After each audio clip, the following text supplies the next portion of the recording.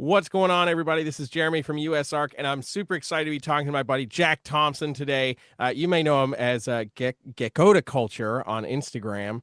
Uh, Hello. what's up, man? How you doing? Good, dude. Nice to be on. Pretty excited. Talk some shop. Yeah, man, absolutely. So, for those people who might not know about you, what got you started into reptiles, and what got you started into geckos? Yeah, no, been keeping geckos off and on for, my whole life. I guess I started keeping reptiles, catching bluebellies outside. So it kind of just, snowballed into finally what we got going on today. Have gone through a few kind of collection changes in the past, couple years. Used to do a lot of frogs. That got kind of put to bed by a really annoying heat wave that came through and Mm. unfortunately took out a lot of things. But um, since then we've been primarily geckos, but now we're starting to dip our toes in other stuff.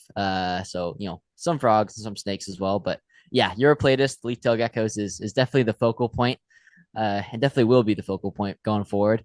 But starting to dabble a little bit, having some fun more as Nothing of wrong with recent. that. Yeah, nothing wrong with that at all, man. What drew you to Europlatus?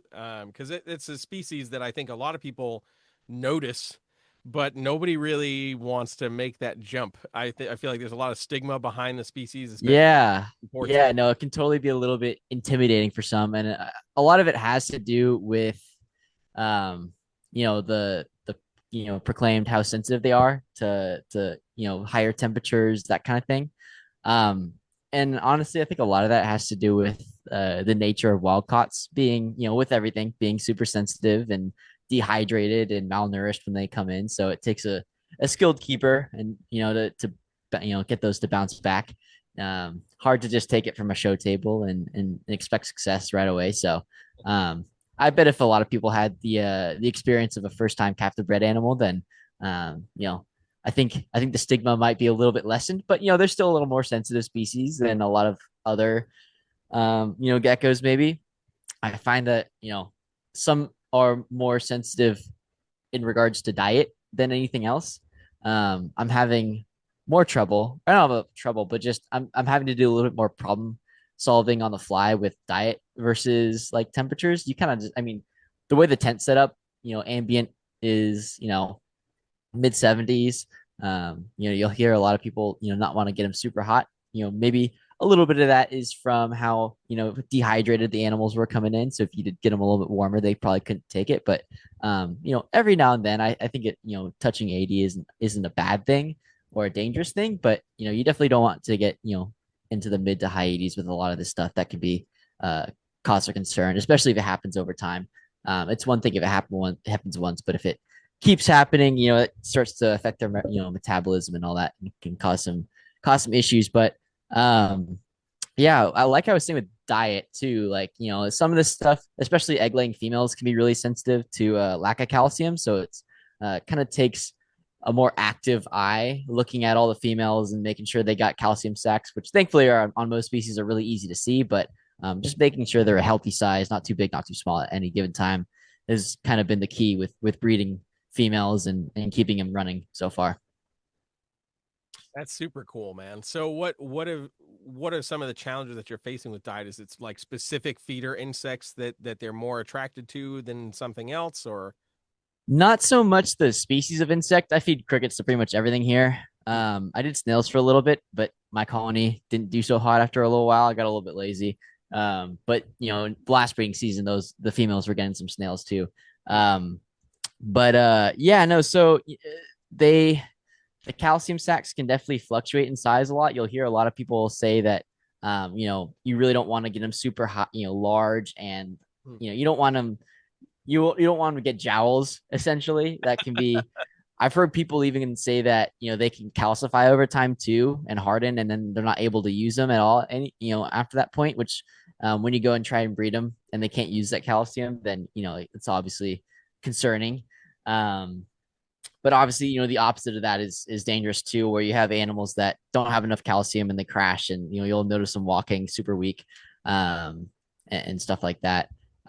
So and it can fluctuate quite a bit over time too. So like, I fed really heavy I've dusted really heavily some weeks, and then I've come and looked through all my females, and their sacks are definitely on the upper end of where I would want them to be. Hmm. Some weeks I feed little calcium and I come through and they're still big. And then some weeks, after maybe some females have laid, they're definitely a lot more depleted. I'm like, okay, I gotta bring it back out of that.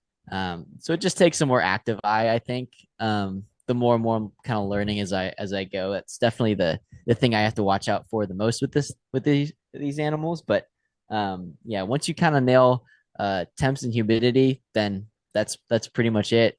Setting them up too is they all have their own little microclimates and kind of specialized environments because each species kind of comes from a different um uh kind of eco region, not eco region, but you know what I mean, like different. They have a different specialty in the wild, so Yeah, right. kind of just customizing your care to those.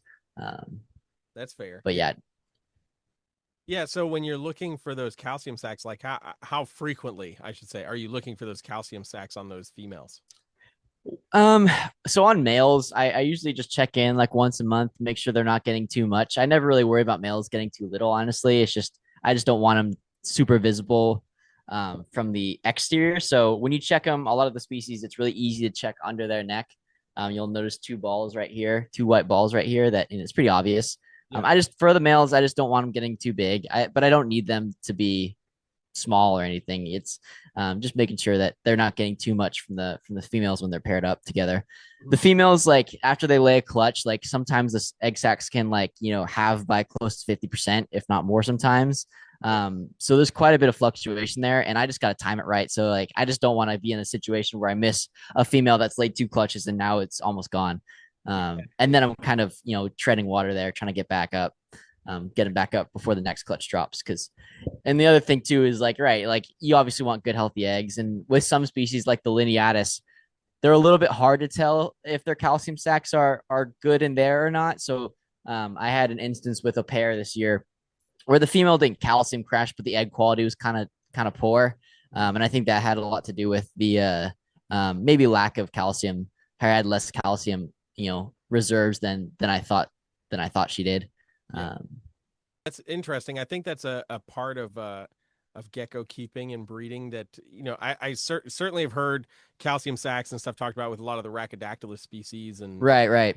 but I don't think not enough people are breeding leaf tails to actually really talk about stuff like that in depth. So it's interesting Yeah, to hear a little bit of that side because with crested geckos, it's like, no, just look in the back of its throat and you're like, yeah. go, man. Are they there? Yes. Keep going. Right.